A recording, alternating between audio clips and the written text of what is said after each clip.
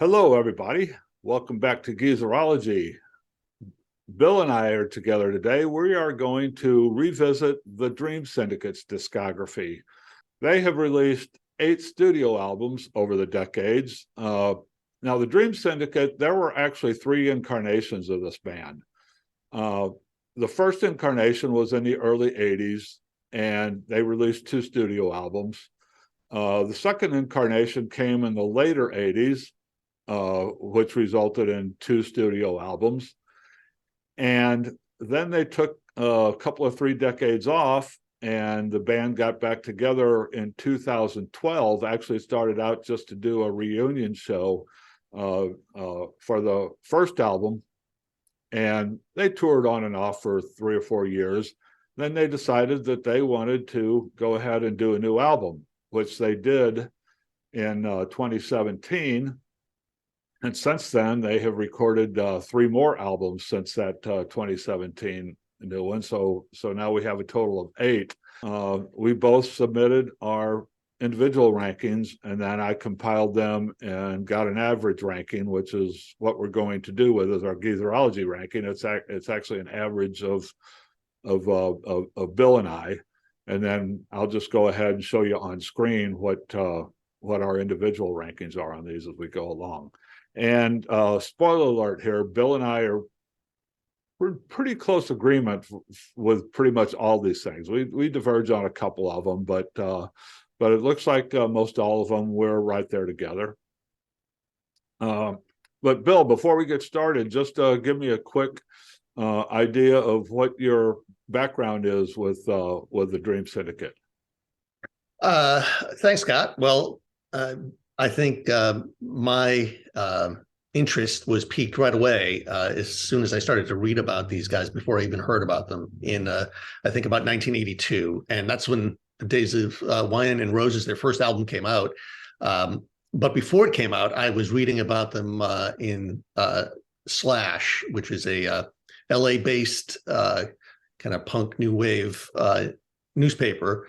And I found that the way they were being described was quite appealing to me as kind of a psychedelic garage band, kind of channeling the Velvet Underground and television. So, I mean, you kind of hook all of those little pieces together, and it starts to sound really like something that would be quite interesting from my perspective. So I've been a follower and a fan since the very beginning, and I have never really been disappointed in what I've heard. There have been some ups and downs over the years, but the constant is, as you described, the 3 different incarnations. The constant, of course, is Steve Wynn, and it's his perspective. And Donald Duck.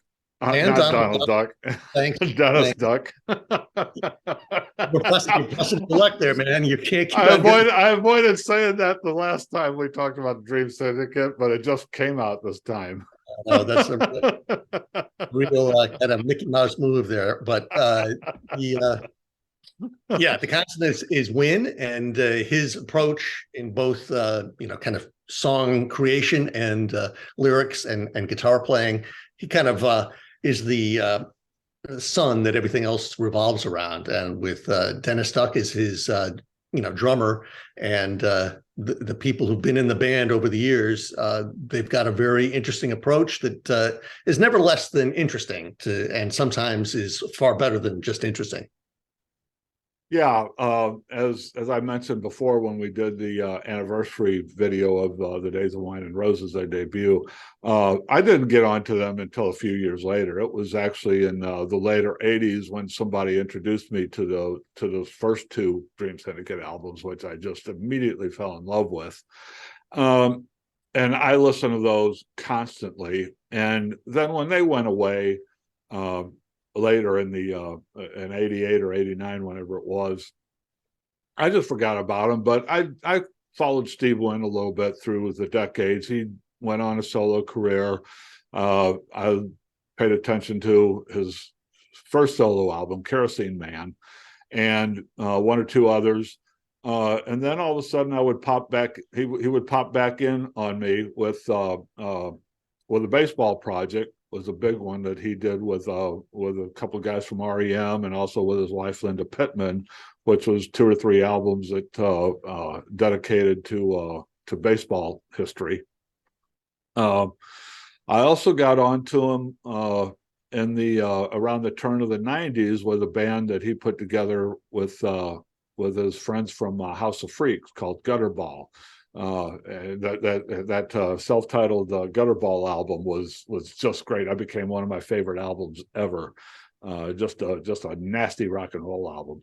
But after that, and then the baseball project, I didn't hear too much of them. And then I really didn't get back to them. I had heard that the Dream Syndicate was back together and was doing a new album, but generally as those things go, they never turn out very well. So I didn't really follow them there until earlier this year, when their most recent album came out, the Ultraviolet Battle Hymns.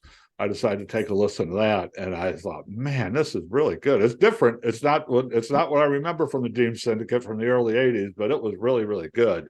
So I went back and did my catch-up work again. So now I'm in tune with all 8 of them. Some of the albums I know better than the others, but I'm pretty familiar with all of them.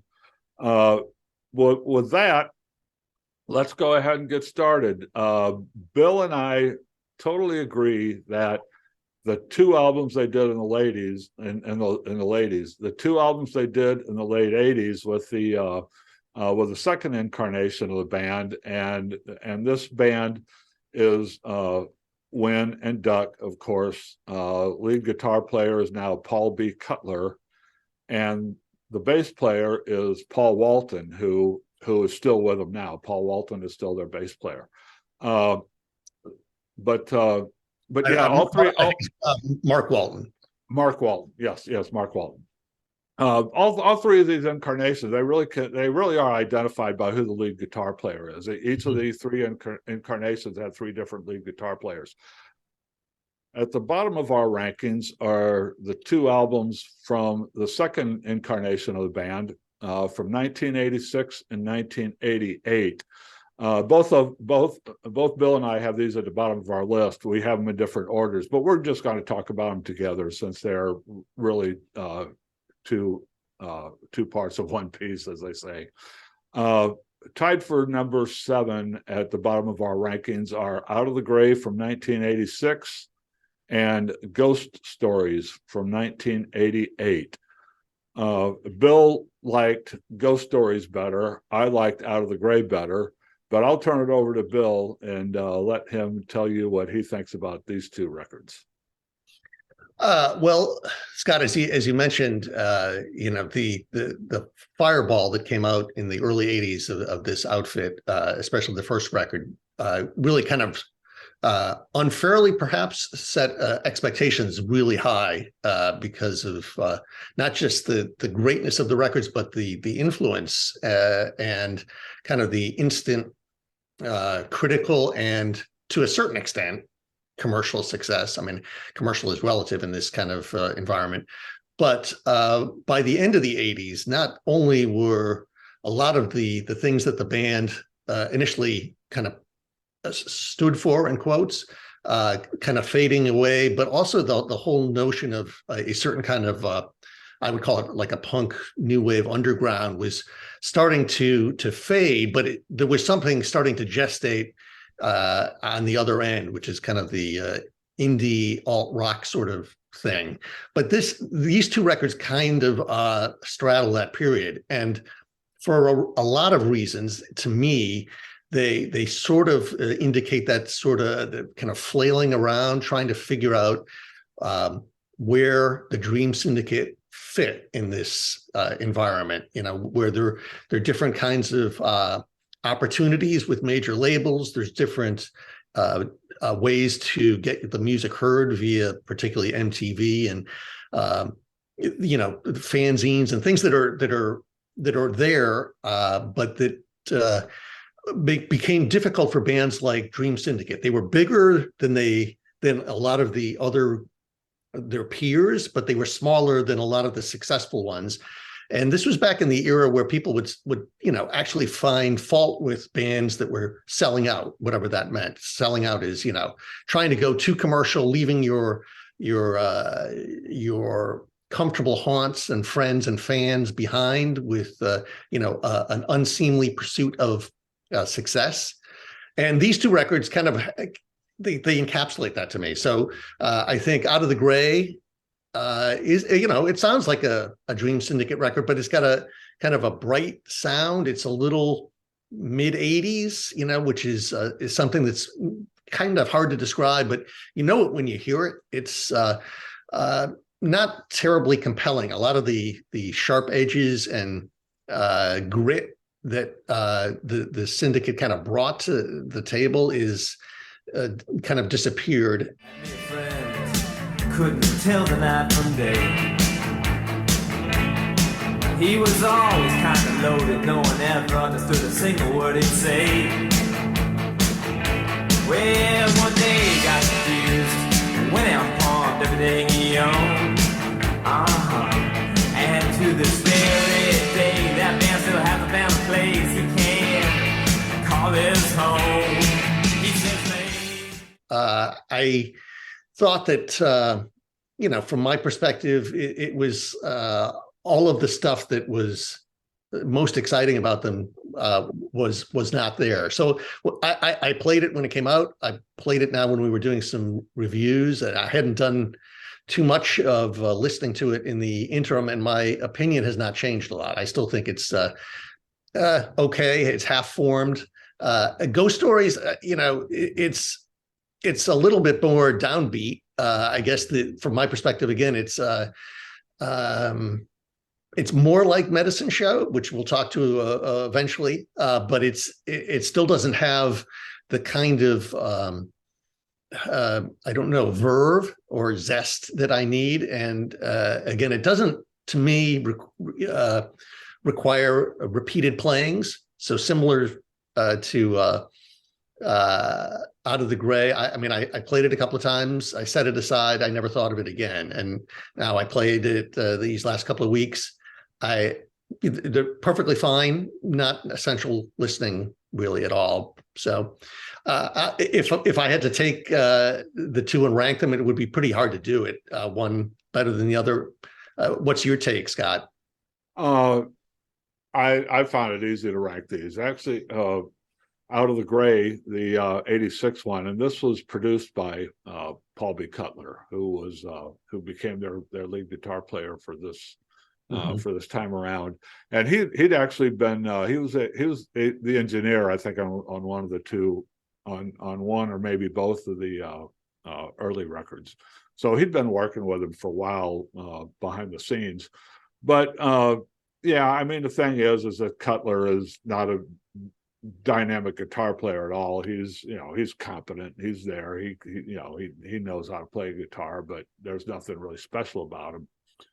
But the big thing here, to me, just I was able to distinguish these records pretty well.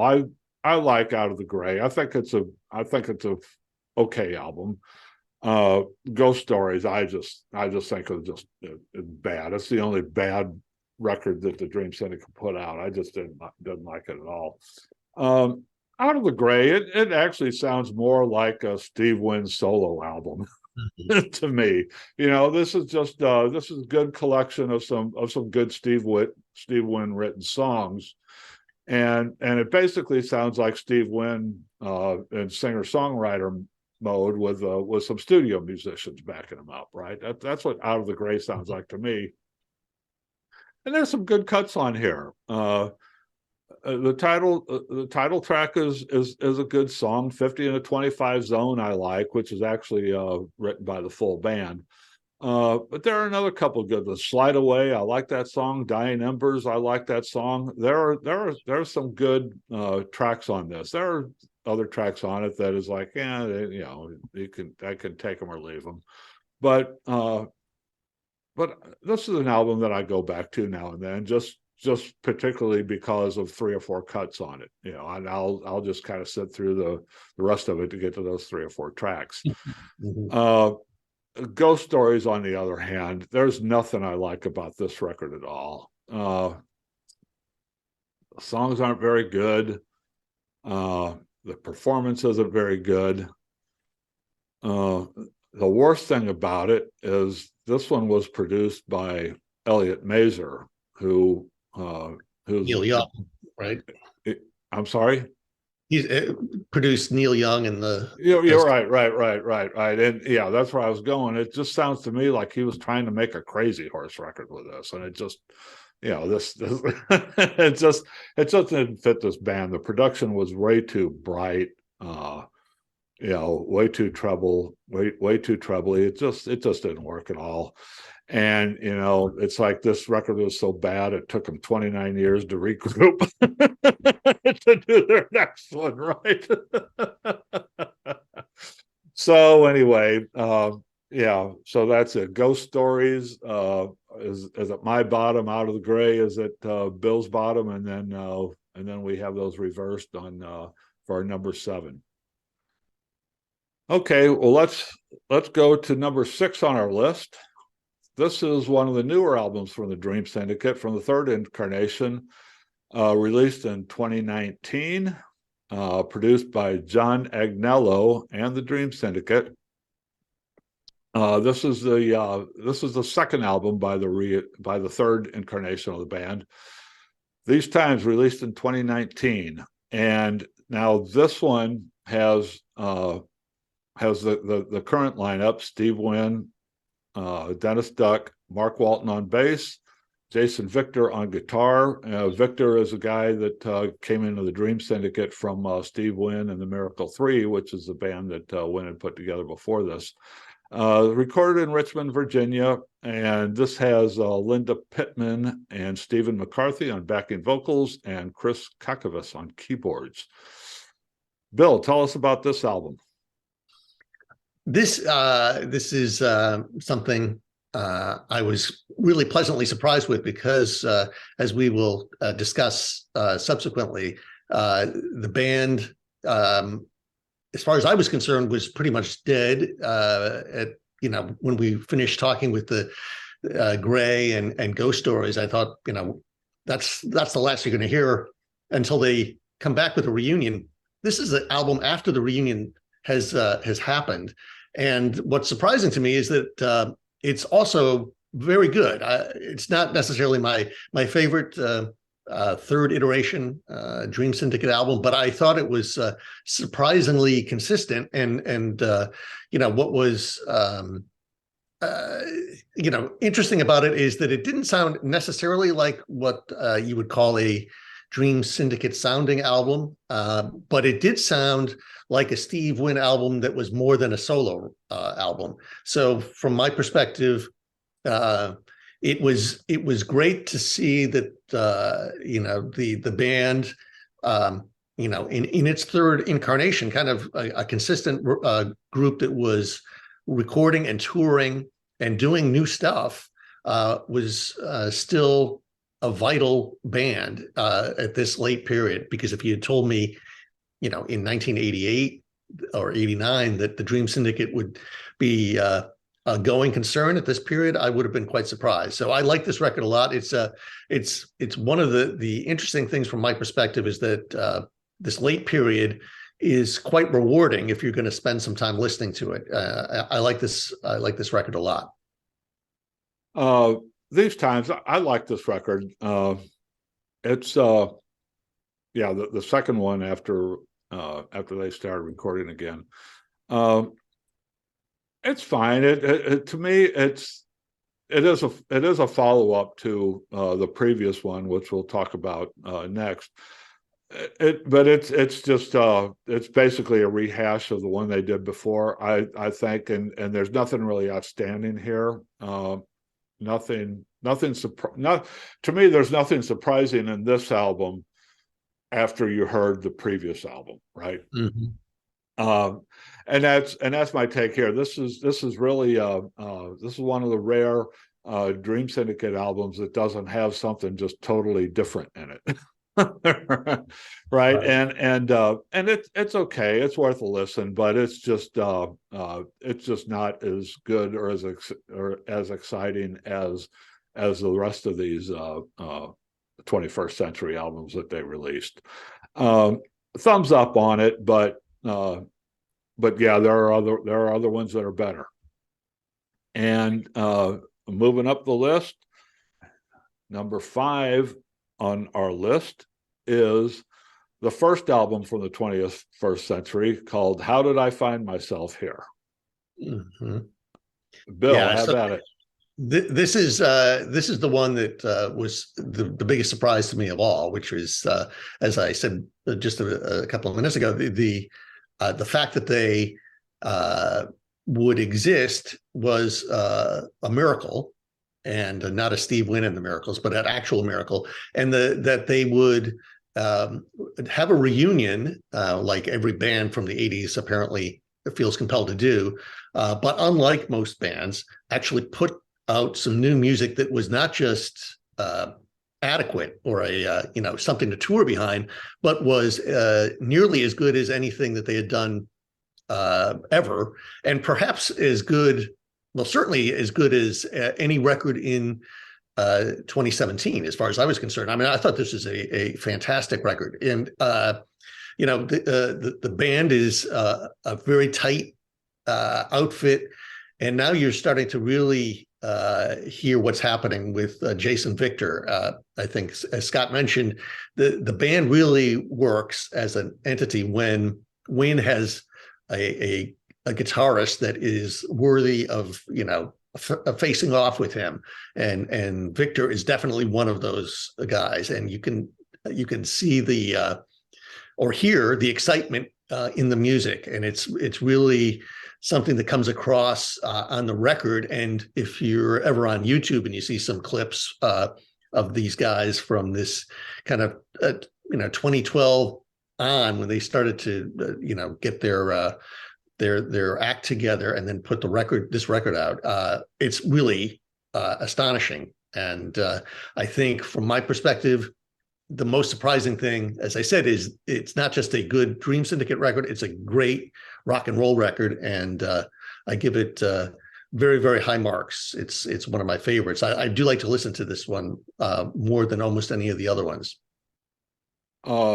Yeah, what a revelation this was.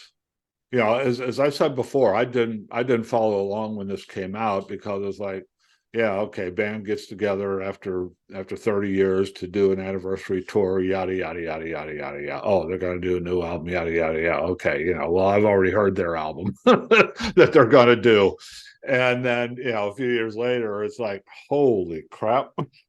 Mm-hmm. This is not your daddy's Dream Syndicate. This is it's basically, same personnel, Steve Wynn, the same guiding light, and the same drummer and the same bass player from the old days, and a new guitar player, but a guy who kind of follows in the footsteps of the original guitar player, right, with the style he plays. But it's such a different sound from this band from what we heard in the 1980s, and it's really, really good stuff. It's basically the Dream Syndicate. My take on it, it's basically the Dream Syndicate now working with 21st century technology. And they brought along, like I mentioned before, they now have Chris Kakovas playing the keyboards, who is not a full-fledged member of the band, but he's playing on all these records as a guest musician. He's a guy from he's a friend from the Paisley Underground days, Green on Red, right? And he's been working with them since now. He's not touring with them, but he's recording with them. And I still haven't really gotten any solid research of whether he's actually a full-fledged member of the band or not. They list him in the credits of the albums, but I've never really heard if he's actually a member of the Dream Syndicate or if he's just a side man. I have never been able to find the answer to that question, but Kakovas produces this album with the band, and this is it's a great album, as Bill says.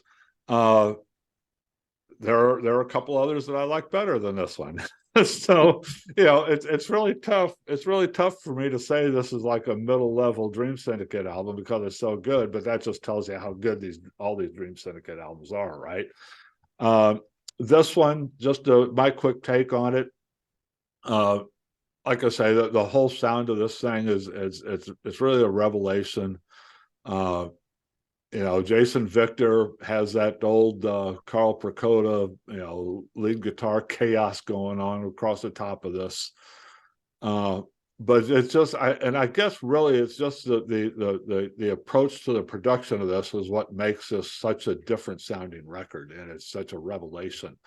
And it's pretty good. There's 8 tracks on this. The first 6 tracks are pretty good, very interesting, nice sounding music. But I tell you what, man, this whole record is all about the title track. It's an 11-minute freak out session on the back end of this record.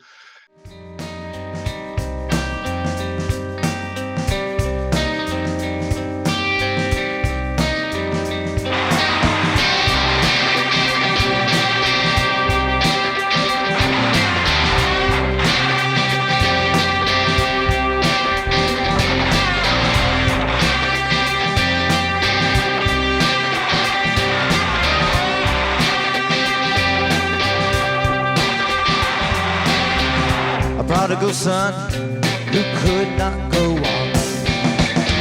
How did I find myself here? Open wide and I swallowed the tide. How did I find myself here? And then it's a penultimate track. The last track is Kendra's Dream, and we have a visit for this one from old friend Kendra Smith, who was the original bass player of the Dream Syndicate, and Wynn brought her in to do some vocals on this track. But yeah, the last 17 minutes of this album, How Do I Find Myself Here and Kendra's Dream, is these 2 tracks are worth the price of admission. Listen to the other stuff, is pretty good, but brace yourself and hold on, because the good stuff is coming. And it comes on about the back third of this record.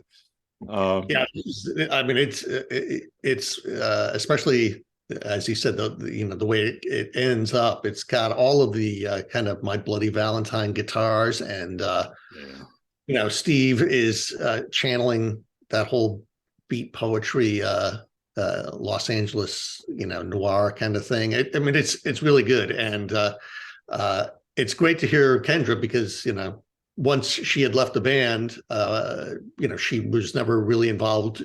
She went her own way with her own musical career, and it was good to hear her back again. Yeah, she had disappeared for a long time. She dropped out of the music business. I think she left the Dream Syndicate and hooked up with a guy who for a band called Opal as a duo, and they didn't go anywhere. And then she left, and this guy found this woman named Hope Sandoval, and they became Mazzy Star. So that's that was the genesis of that. Okay, well, that was our bottom half of our list. Pretty good stuff, man. But let's go to number 4. And number 4 on our average rankings is the current album from March of this year, Ultraviolet Battle Hymns and True Confessions. This is the one that brought me back into the Dream Syndicate after all those years. And then, like I say, I went back and did the previous 3, doing some catch-up work. But I heard this one, and this is now the new Dream Syndicate. With just good solid work, and this and Ultraviolet Battle Hymns. I really loved this album when I first heard it. It was such a surprise to me. It's such a revelation because it sounded so different. But Bill, tell us about this record. This is, to me, this one's all about atmosphere and mood, and it's not really the noise generation that you might expect from, a typical Dream Syndicate record, as we've been talking about the dominance of, guitars. This is much more minimal. I think the what holds it all together, because it is a great record, I like it a lot, is that the songs are very good. They're quite memorable, and they all reward your listening to them. I think that it is much more of a I don't know, if I would categorize it, it's sort of this makes me feel kind of odd to say it, but it's sort of like a prog rock record. Does that make any sense? I don't know. It just is not what you would expect, but it is a very worthy addition to the catalog. Actually, when I was playing it most recently, I was trying to think of reasons why I wouldn't rank it even higher, and I think the reason I put it at this level is that it's not a classic Dream Syndicate record, which is a cop out, but it's a great listen, and I like it a lot. Yeah, this way you're exactly right. This one is all about atmosphere and mood, and yeah, all the patented Dream Syndicate chaos guitar isn't really here. I mean, it shows up kind of in the background a couple places, but this is where Chris Kakavas really becomes a vital member of the group. I mean, this is as much this is the sound of this record is as much a Chris Kakavas production as anything else. He's really front and center here, and it's all about mood. Wynn's vocals are just are very subtle and just kind of ride along on top of the atmosphere. The lead guitar, it shows up with a nice little lead guitar lead that kind of bubbles up out of the from the surface every now and then. But yeah, it's all about mood. But to me, the songs are really good. It's really consistent from front to back. It never lags. It's just really strong. And every time I listen to this album now, I just sit there and marvel at how really good this thing is. I think they really did, and I like this a little bit better than you did. I know you prefer the third debut, but I actually like this one better than the third debut. And it would actually be a good jumping off point, at least if you're interested in the new version of the Dream Syndicate. This is a pretty good place to start right here. All four of them are actually, well, except for the second one, but yeah, this would be a pretty good place to go. Okay, next, number 3, another 21st Century Dream Syndicate record. The Universe Inside. This one was released in 2020.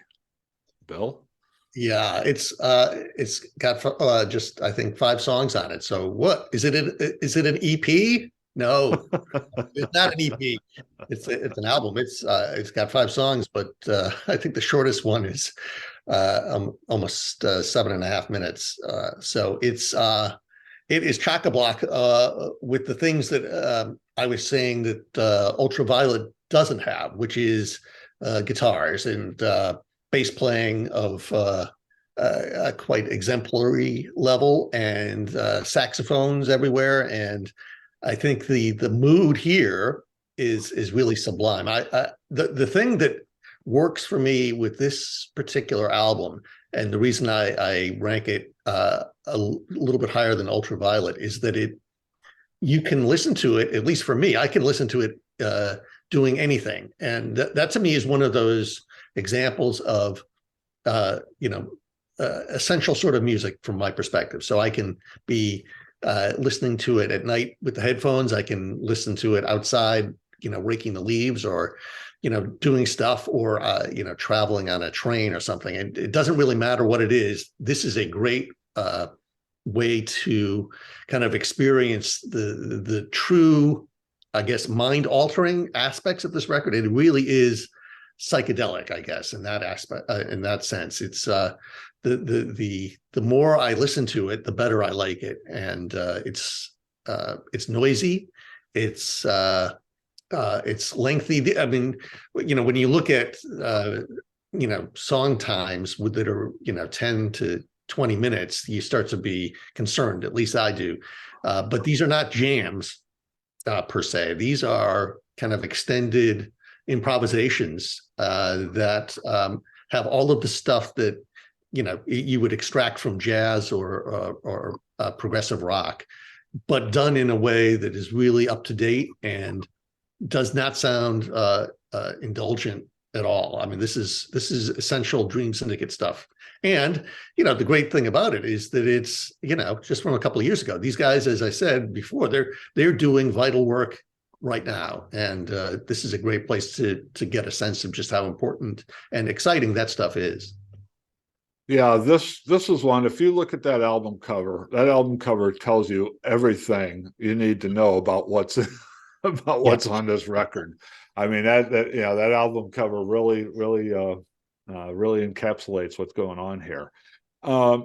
This is like the old 60s jazz, acid, psychedelic stuff. It's mostly instrumental. There aren't a whole lot of vocals here, especially the first track in the album is 20.5 minute, The Regulator, and I don't there are no vocals on this at all. It's all it's an instrumental track, and I gotta tell you, this thing comes, it plays for a while, and I listen to it. It plays for a while, and if I'm not paying real close attention, I'm just like Bill said. This is one you can listen to, while you're doing something else. You don't have to pay strict attention to it. And this thing comes to an end. It just takes you on this ride and just going along, and then it ends, and you're going, oh man, that was short. Well, that was 20.5 minutes. And when it's over, I find myself going, oh, it's over already? It's fantastic. And then side two, the last four tracks, bring it back a little bit. Now we get in some vocals, and there's shorter tracks, and brings it a little bit back to the center, but it's still all this improvisation and jazz leanings are going on here on that last track, including on the second side, including on the last track, which is 11 minute, the slowest rendition, which is also a pretty good one. This is a great album. It's not, and it surprises me that I like it so much, because I was generally never much of a connoisseur of this kind of stuff, like the old Miles Davis stuff, and there is kind of that jam band feel to it, but it's really, really good stuff. It's really good stuff. Highly recommended. So that covers the 4 21st Century Dream Syndicate albums. And now we're at the top of our list. Bill and I both agree the first two albums are still the best two Dream Syndicate albums. Both of us agree that Medicine Show is the second best Dream Syndicate album. And we both agree, no spoilers here, that The Days of Wine and Roses is the absolute best. But we're just going to talk about these two together, because you can't really talk about one without talking about the other one. Take it away, Bill. Yeah, Scott, I think they are kind of bookends. The big difference is the production. Sandy Pearlman, who is the producer of Medicine Show, kind of polishes the band up, but he doesn't.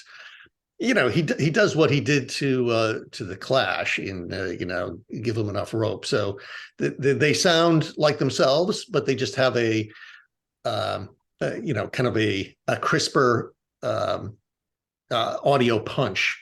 But it's the same group that broke through with Days of Wine and Roses, and Carl Prokota's here. So if you got Prokota, you got You got good noise, and I mean, I think the thing about this is that it's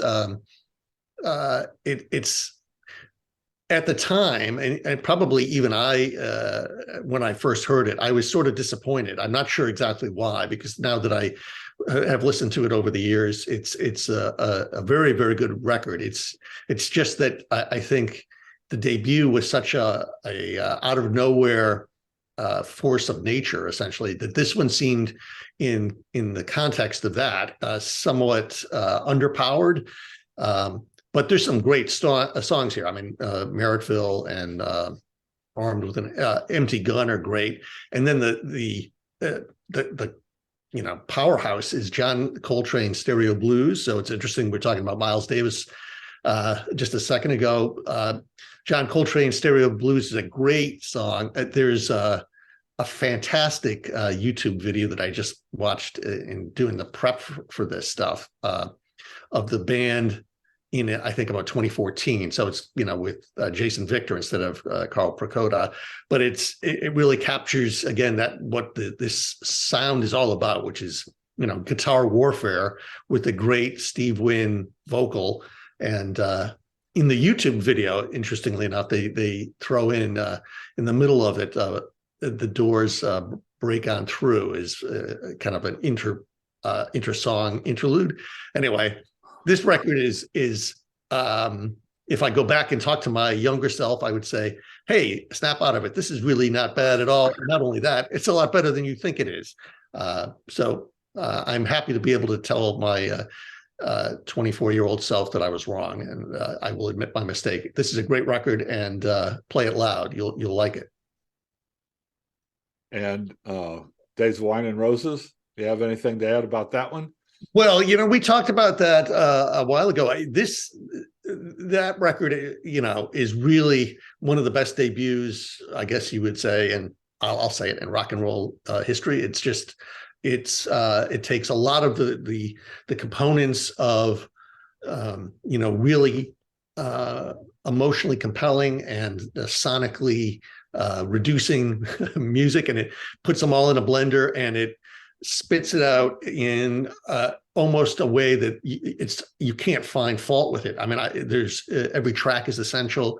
The sound is revelatory, and the personnel are perfectly in tune.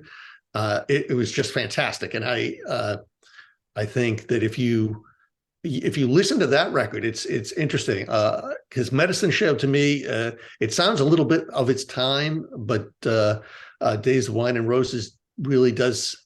It's a bit of a cliche, but it does sound kind of timeless to me. You could put it, you could play it today, and if a person hadn't heard it, they would say, "Ooh, who's that band?" And it sounds very, very current and as potent as ever. Yeah, I actually, for a short time, I didn't give it any serious thought, but for a short time, I almost felt compelled to put Medicine Show on top, and I'll tell you why. The last track, the 7.5-minute Merrittville, is by far my favorite Dream Syndicate track. I just love that. I love that track so much. And every time I listen to it, I go, man, it just doesn't get any better than this. I love that song. The big difference here, first of all, yeah, we did talk about extensively about the Days of Wine and Roses a couple weeks ago. So there's not much more to add to what we've already said about that, but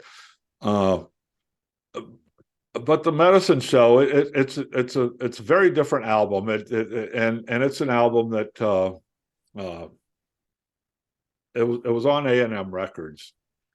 They got signed to A&M Records after the debut because I guess A&M Records saw the potential there, and then something went wrong. It didn't sell well, and A&M ended up dropping them, and that's how the Dream Syndicate just kept bouncing around and trying to.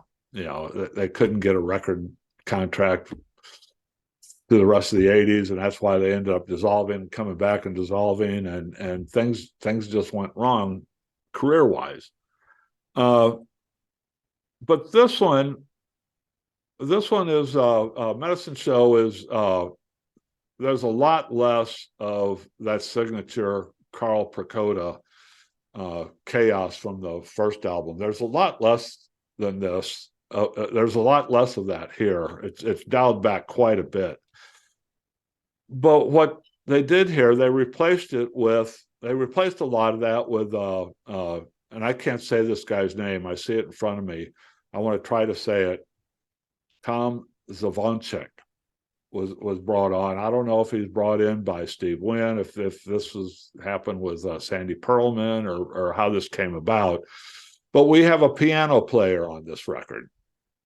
Tom Zvonček plays the piano and a Hammond B3 organ, but mostly what we hear here, what we get here is the addition of a piano to the Dream Syndicate's 2 guitar, bass, drums, basic sound. And for the most part, I think it works, but I understand, and again, I wasn't around. I wasn't into the Dream Syndicate when this came out, so I wasn't following. I didn't see all the contemporary reviews and the discussions about it or anything like that. But reading some of the criticisms of this record later, I get the sense that a lot of the fans that the band picked up from Days of Wine and Roses, all, they just a lot of the hardcore fans just got really turned off because, oh my God, they're playing a piano. and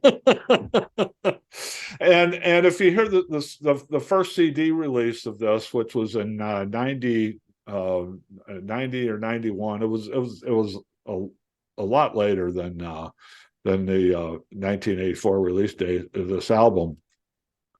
The CD version has 4 tracks tacked onto the end of it that came from a live radio performance that they did with this band, and I guess it's still the same guy playing a piano on these live tracks.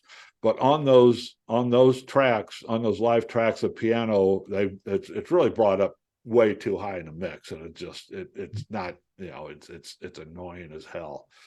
But I got to tell you, man, that piano works really, really well in that track Merrittville. It's piano, Dvorak on the piano and Carl Prakoda on guitar. Take this thing out with a long, sort of dueling piano guitar thing going on at the end, which is just fabulous. And John Coltrane's Stereo Blues, that same video that you were talking about, is a KEXP performance that they did, an in-studio performance. And Wynn talks about, before they start doing the song, John Coltrane's Stereo Blues is actually a song that they worked on early, when Kendra Smith was still with them. And they went on a radio show and were told just do a live set, and they decided that, well, we're just going to do a song. They didn't know what the song was, but Wynn said, let's just start playing the key of E, and it was basically a big long improvisational thing, and they ended up playing for an hour.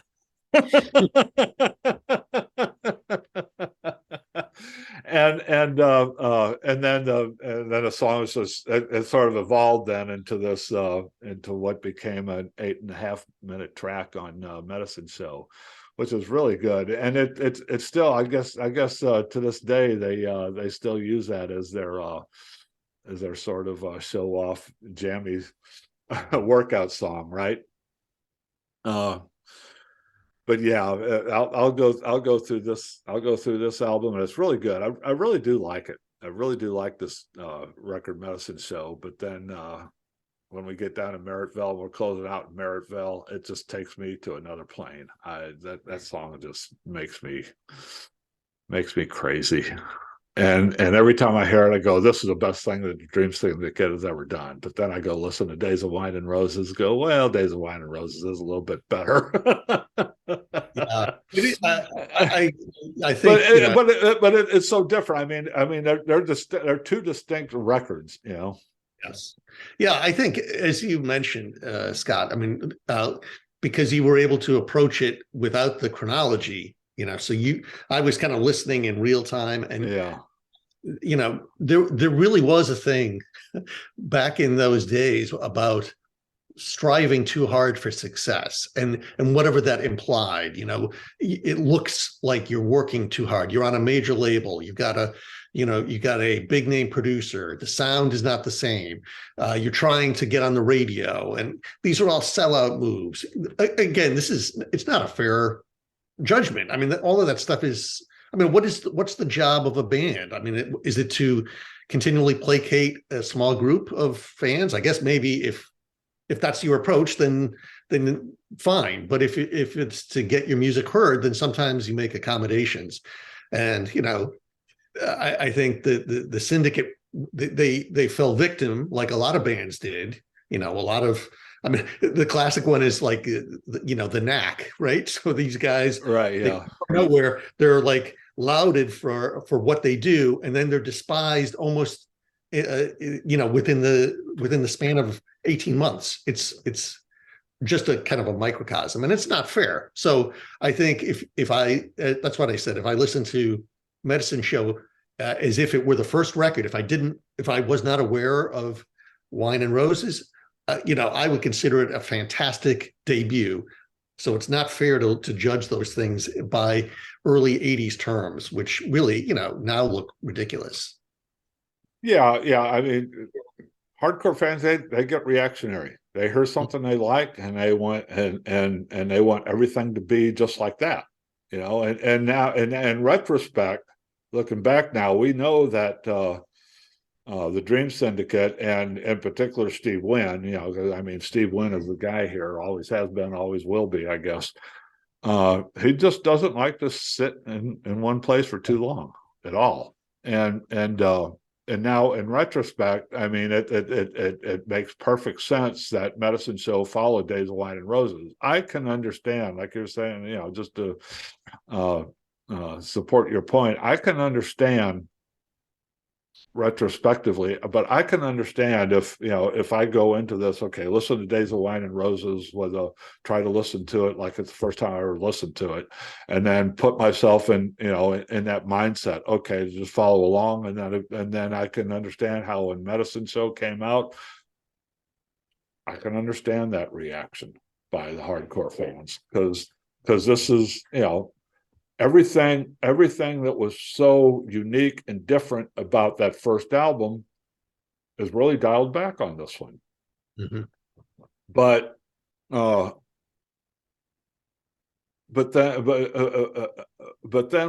it's replaced by something else that is really unique and different, and they do different things. But I think what happens in the moment, the fans who are wanting the same thing over again, they hear something that's not the same as what they were hearing, but they don't go deep enough to figure out, okay, well, what is it that they're doing here that's new, and what makes this good, and people tend to not, oh no, I don't like that, blah blah blah blah blah, and they run away and they don't pay any attention to it. I did have the advantage of this, of listening to both of these albums consecutively for the first time. I listened to Days of Wine and Roses, and I listened to Medicine Show pretty much all in one session. So by the time I got to the end of it, it just all felt like one of a piece to me, because it was, and it wasn't until after I started listening, paying attention, and learning these albums, I started really picking out what the differences are in these two albums. To me, they were just two really good, brilliant records, and it just took a little bit of digesting time to figure out the uniqueness of each of them.